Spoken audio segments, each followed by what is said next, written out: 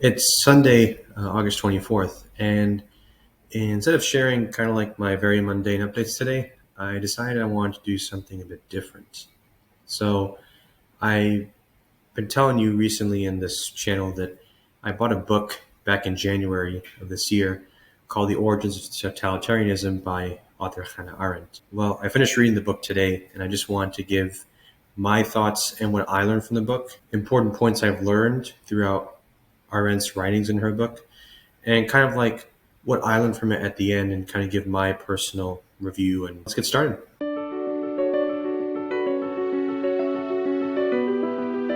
Before I get started with the book, I wanted to just kind of give you a brief background as to who Hannah Arendt was, if most people are not aware, or if nobody knows who she is.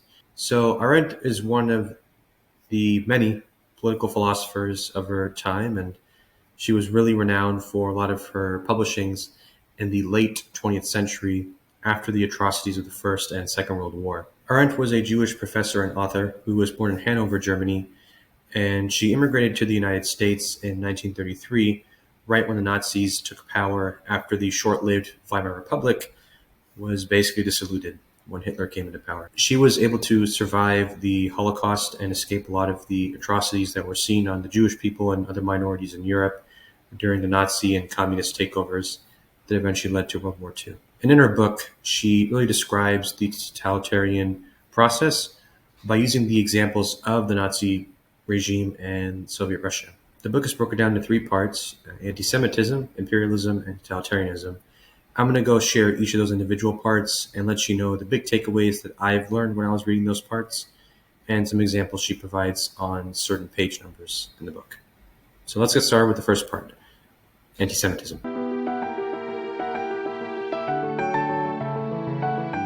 This is the first part in the book where I really didn't highlight a bunch of stuff.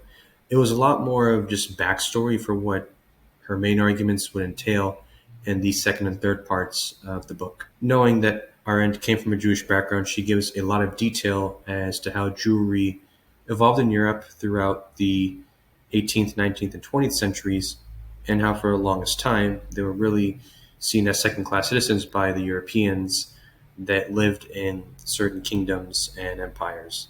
Because before World War II, the majority of Europe was not republics and nation states like it is today. She really goes into a lot of detail as to how the Jewish people became scapegoats, how they were despised and not really put into the best of systems. Fields of medicine, law, politics, engineering, writing, etc. I forgot a lot of the details in the first part of the book because, again, I was mostly skimming through it, but it gives a good backstory, and I'd recommend reading it for yourself if you wanted to get a little bit more of the foundations. But essentially, it just goes on to say how the Jewish people and other minorities in Europe were persecuted by their governments run by the majority of the ethnic Europeans, and how that is one of the stepping stones to a totalitarian government in its infancy stages. So let's go on to part two: imperialism.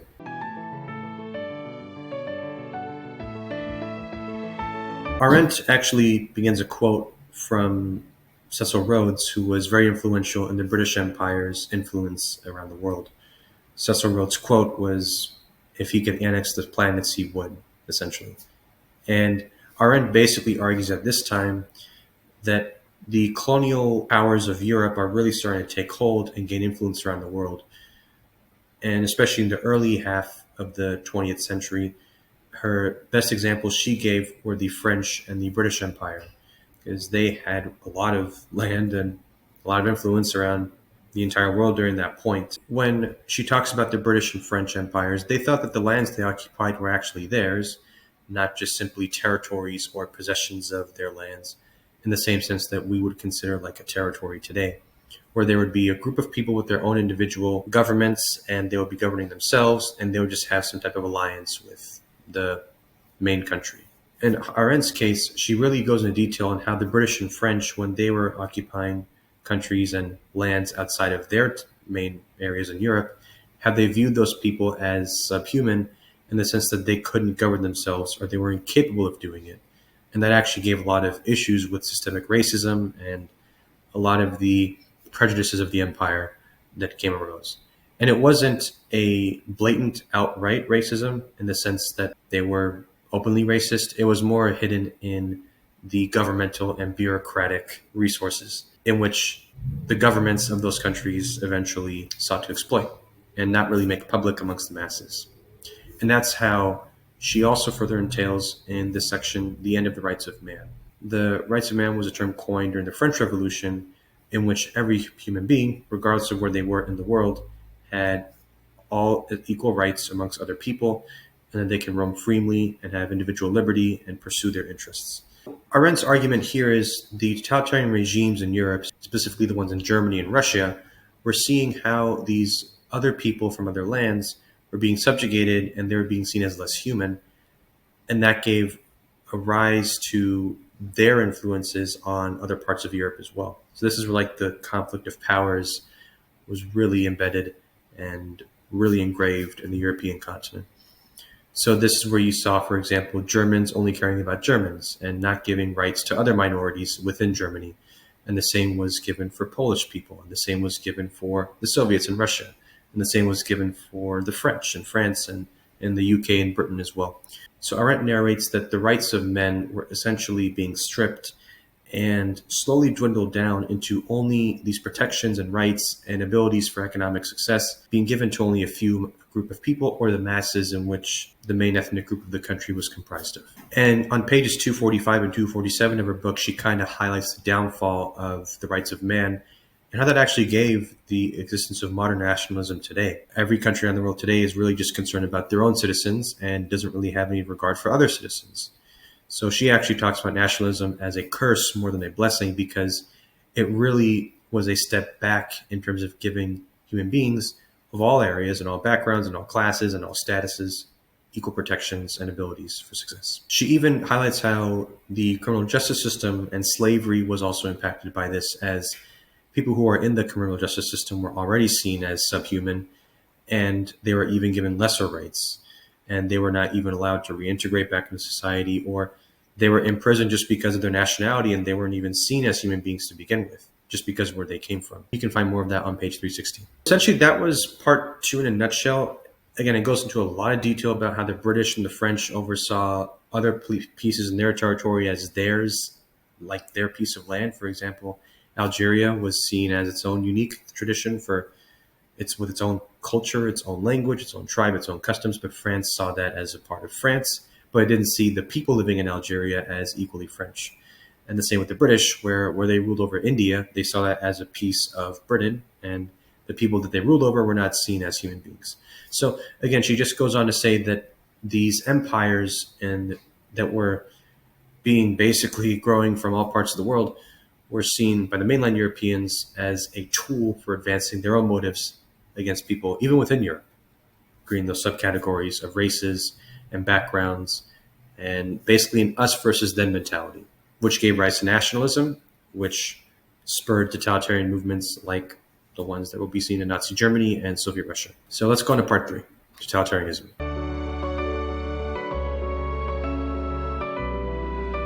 So Arendt begins with a quote from David Rousset in the third part, saying basically that normal men do not know that everything is possible. And from what I understand about that is most of society and most of the mainstream people don't know that a lot of totalitarian regimes can indeed exist, even in circumstances where it might seem impossible or not even realistic based on the current systems they have in place.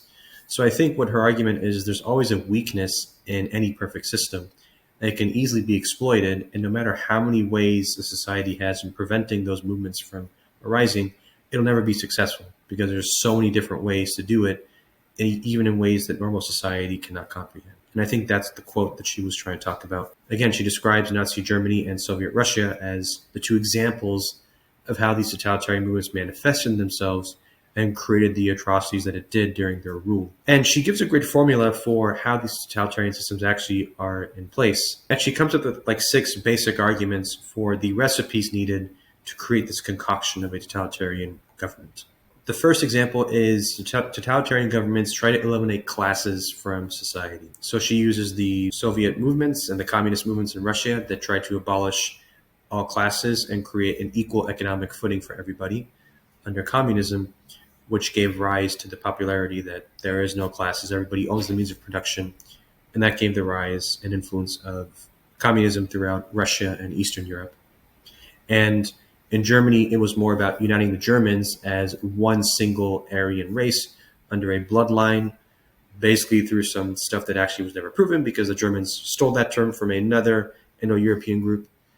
And it was to unite the Germans amongst a common enemy, which was the minorities in Europe, like the Jews, the Poles, the homosexuals, the Soviets, and anybody that was against the Nazi regime as well. Essentially, creating this classless society is one of the fundamental principles that totalitarian movements are able to propagate their influence. Another one is they not only crush opposition, but they do an excellent job at getting rid of opposition and basically convincing people that opposition is not needed. Throughout the book, Arendt explains that the Soviet Union had concentration camps in Siberia for their opposition groups that criticized the Soviet government. And in Germany, it was the concentration camps throughout its territories, like in Auschwitz and stuff like that. The third example she points out is a lot of the powers that are originally designed for the military of those governments were delegated to the police and were seen as more common and more everyday than in certain situations within the military. So a good example Arendt points out is the SS, how a lot of the powers of the German military were delegated to the secret police that was governed by Heinrich Himmler, and how the KGB in Russia was also a secret police force that cracked down on people protesting against communism in the government. And you saw a lot of these atrocities, specifically during these policings, where they created these laws and eliminated due process and a lot of these protections that these minorities needed in order to get out of trouble with the law, but there was just no way for it to ever become fixed. The fourth argument she highlights is the use of terror. So totalitarian movements' essence, main makeup in their institutions is terror. That is the backbone, that is the cradle of what makes it a totalitarian system. They thrive on terror. Terror is their core. The way they influence terror is through propagation. And she explains this more on page 381 in her book. Her fifth argument is the stripping of people who are already seen as subhumane, and how these totalitarian movements basically convince those people that they were dead when they were born initially. And what she means by that is specifically people in the concentration camps. When they went to the concentration camps, they were essentially led to the conviction that their life didn't matter just because they were born as subhuman, and they didn't even see themselves as human beings. So for them, death wasn't a matter of anything to be scared of. It was just a way of answering this ideology imposed on them that they weren't human beings in the first place. And that's what totalitarian regimes spread and grow in influence. They always have to have a common enemy, in us versus them, in order to expand their influence amongst the majority of people within the masses. Rights within the criminal justice system, such as abolition of the death penalty, abolition of life accountability, abolition of cruel tortures, abolition of punishment. A lot of those things are not even regarded as abolition anymore. They're standard because of the dehumanization that those people experienced throughout the totalitarian systems. Her sixth argument is that totalitarian regimes like to expand their sphere of influence around the world. In her example, she explains how when Russia was fully communist, they tried to expand their influence throughout Central Asia, going even into Afghanistan post-Cold War. And during the Cold War, the Soviets really tried to expand their influence around the world. And within Nazi Germany, they tried to expand their influence by invading their neighboring countries, controlling them, and basically occupying them until the Allies came and overthrew them. So totalitarian movements always like to expand their influence throughout the world. They don't like to just stay homogenous within one particular area of the world. And that's actually a key distinction between other forms of totalitarian governments where it's just localized within one region for a specific group of people that are the majority in their jurisdiction. And you can find a great summary of that on page 498. So essentially, those are the arguments that Arendt explains in part 3 regarding how these totalitarian regimes come into play and how she gives examples throughout those during the two regimes that influenced the 20th century. She concludes the book by saying that these regimes are not something that just happens and goes away. These are constantly in motion, and throughout many stages in the world, they can be present at any time. And it's important for the reader, as she's basically warning the reader, to be steadfast and to recognize these signs early so that movements like this don't happen again in the future, and society has to end up paying a price that results in the death of millions of people and the destruction of humanity. So that's essentially the third part of the book. Now I'm going to explain my takeaways.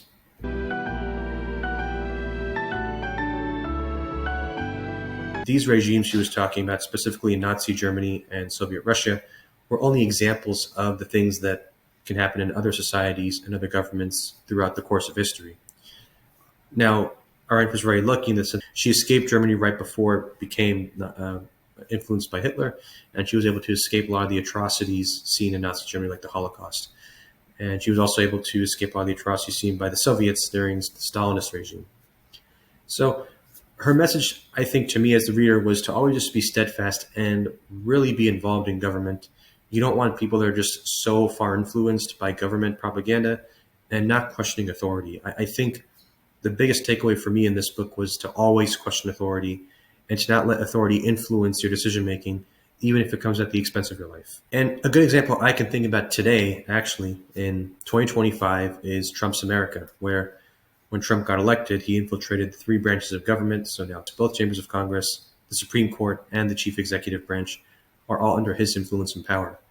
And he was democratically elected by a group of people on the campaign trail. Arendt points out in her book that Hitler came into power during a democratic process.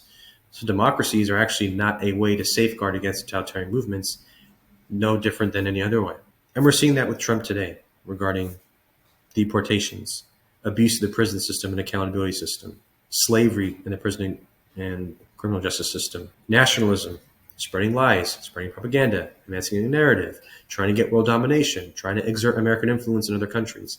So a lot of these things that America is doing right now, specifically under Trump, is things that I've actually related back to Arendt's arguments in her book when she was explaining how those same movements were implemented less than 100 years ago in Europe. My hope is that the U.S. doesn't become a totalitarian system or a totalitarian government where basically people are divided, some people are granted no protections, and we basically end up in a civil war, just like these totalitarian movements did in Germany and in Russia during the Nazi regime and Soviet regime. And that's pretty much all I learned. Arendt is a very good author and a really good political commentator and political philosopher. And I know it took me about 8 months to read it, but I really enjoyed a lot of the things and the arguments she was highlighting. And I'll continue to be more steadfast and more questioning about authority and in the light of things that's going on right now, specifically in Trump's America.